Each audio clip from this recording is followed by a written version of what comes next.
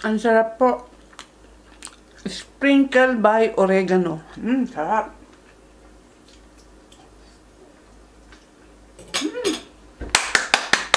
Sarap. Luto po tayo ng noodles. Noodles ng German. So, ayan. Ganyan po siya. Yan po natin ng spinach.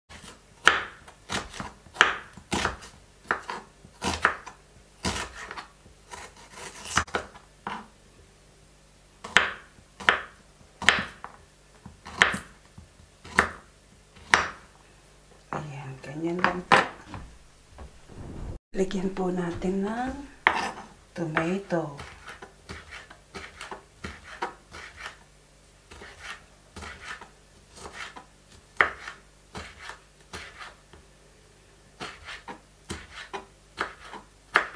Inalis ko yung buto.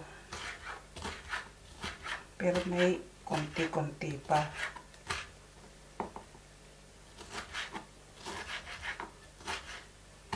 Ayan, ganyan kapino. Ganyan po ang gagawin natin. Niwalay natin ang buto. Then, ayan siya. Sasama natin mamaya paggisa yung buto. Pagka naggigisa na ako, inalis ko yung balat talaga. Ayoko po yung balat ng lechon. Tira ko po ito sa lechong manok. So, ayan.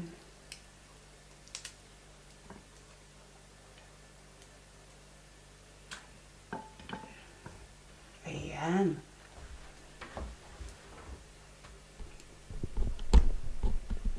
So, ayan, may natira po akong ham dito.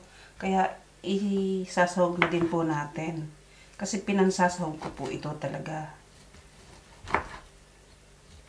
Lalo na pagka noodles ang kakainin ko. Yung noodles na nabibili na ready to lagyan mo lang ng tubig. Ay nilalagyan ko po ng ganito.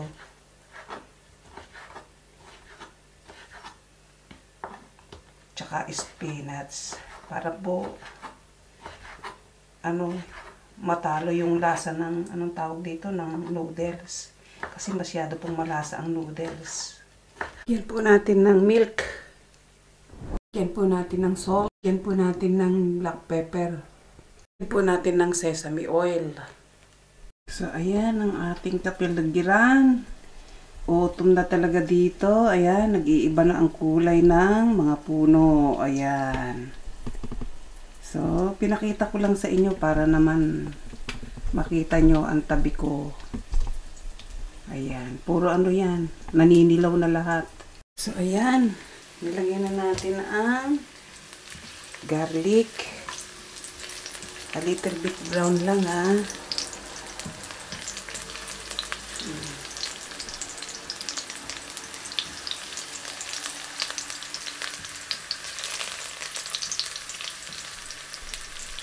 Nilagay ko na yung onion. Ito po'y tsambahan lang. Kasi pagka yung hubby ko ang nagluluto niyan, konti lang ang kanyang onion.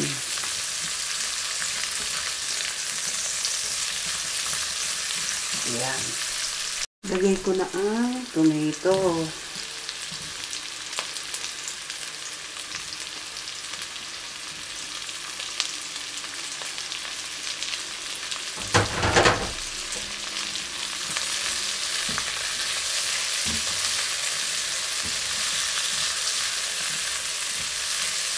Ayan, hayaan lang natin dyan na malanta silang dalawa ng onion at saka ng potato, ay ng tomato. Hayaan lang natin sila dyan. Lagyan natin ng fish sauce. Lagyan natin ng black pepper. Lagyan na po natin ang sahog niya. Ayan, sandamakmak ang sahog niya.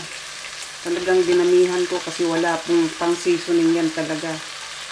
Mamaya ako na ilagay yung kanyang buto pagka kumukulo na yung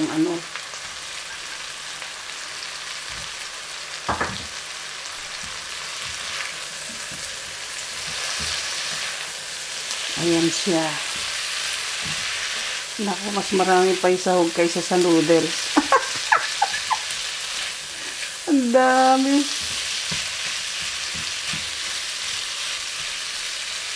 Lagay na po natin ang milk. Ayan po ang magiging sahog, ay magiging sabaw niya. Ayan. Hayaan po natin kumulo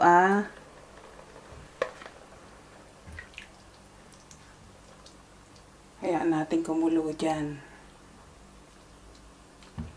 Oo nga pala, nakalimutan ko. Itong ginagamit kong pan, bagong bili ng hubby ko. Nakita niya sa isang department store. Tipal, nakita niya. O, di ba mahilig ka nito? Bilhin na natin, sabi niya. So, ayan, binili niya. Ang mura lang dito ng tipal. Pero dyan sa Pilipinas, mahal na. O, ayan. Ayan, hayaan lang po natin dyan na nakulo. Para po, lumasa po sa sahog yung gatas. So, ayan, palalambutin natin yung ham ng konti.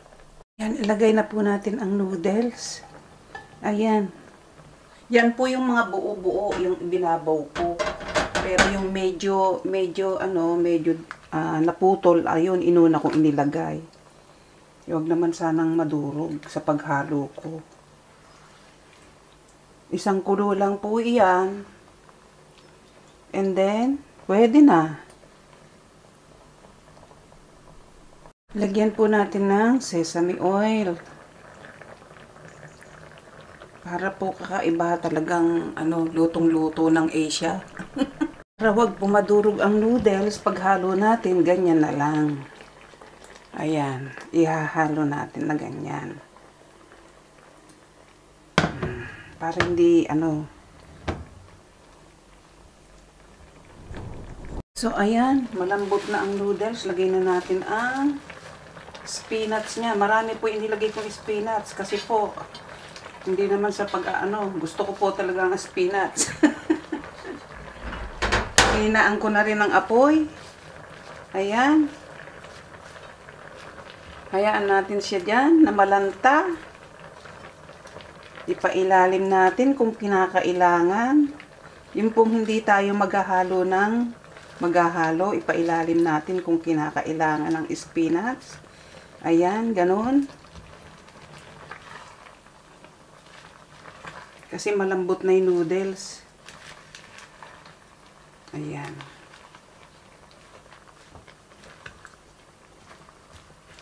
Takpan natin Ayan, ayan po. Mamaya-maya magpi-plating na tayo. Mag-aano lang ako ng pang Facebook ko. Ayan, lanta na ang ating spinach. Ayan, nako. Habang ako'y nagluluto dito at tinitimpla ko, kung di ka pa nakasubscribe sa aking channel, subscribe na. At kung nagustuhan mo naman po ang aking recipe ito, pakibigyan lang po ako ng thumbs up at leave a comment below.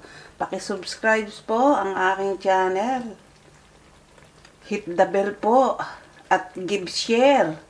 Ang dami kong nakikita na nagsishare sa aking aking recipe. Kaya lang pagka nag-share po kayo, para po mabalikan ko kayo, kasi hindi ko po nakikita, hinahanap ko po kung sino nagsishare hindi ko makita.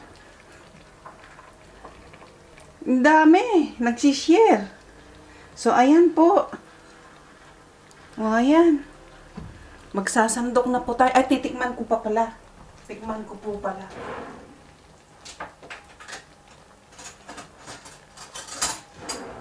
Tikman po natin kung gaano kasarap ang aking imbentong luto ng noodles ng German na yan. Tikman ko. Aha. Pwede bang lagyan ng chili? Ang sarap. Ang linamnam ng gatas. Ayan. So, ayan po, lagyan po natin ng oregano. Ayan. Ano po itong oregano. Yan po ang inilalagay nila. Oregano, bango. Ayan. So, ayan. Luto na.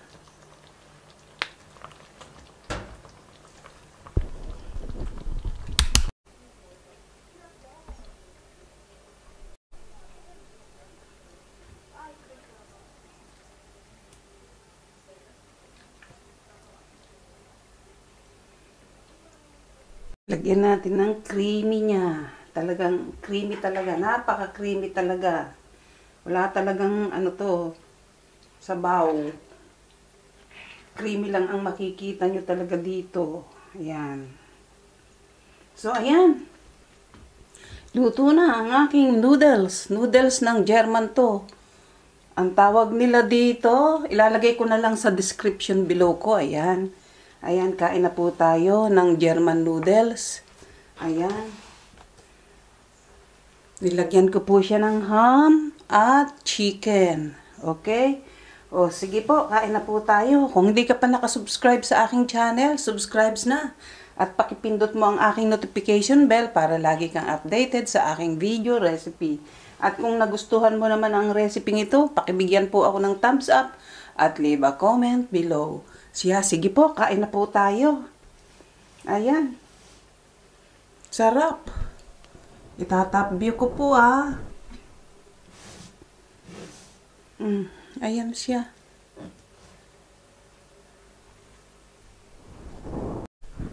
Ayan po siya.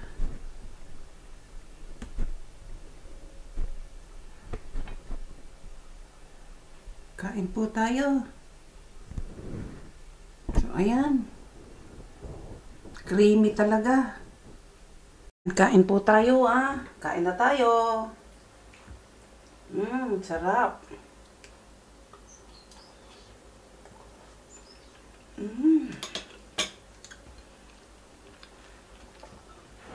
Ang sarap.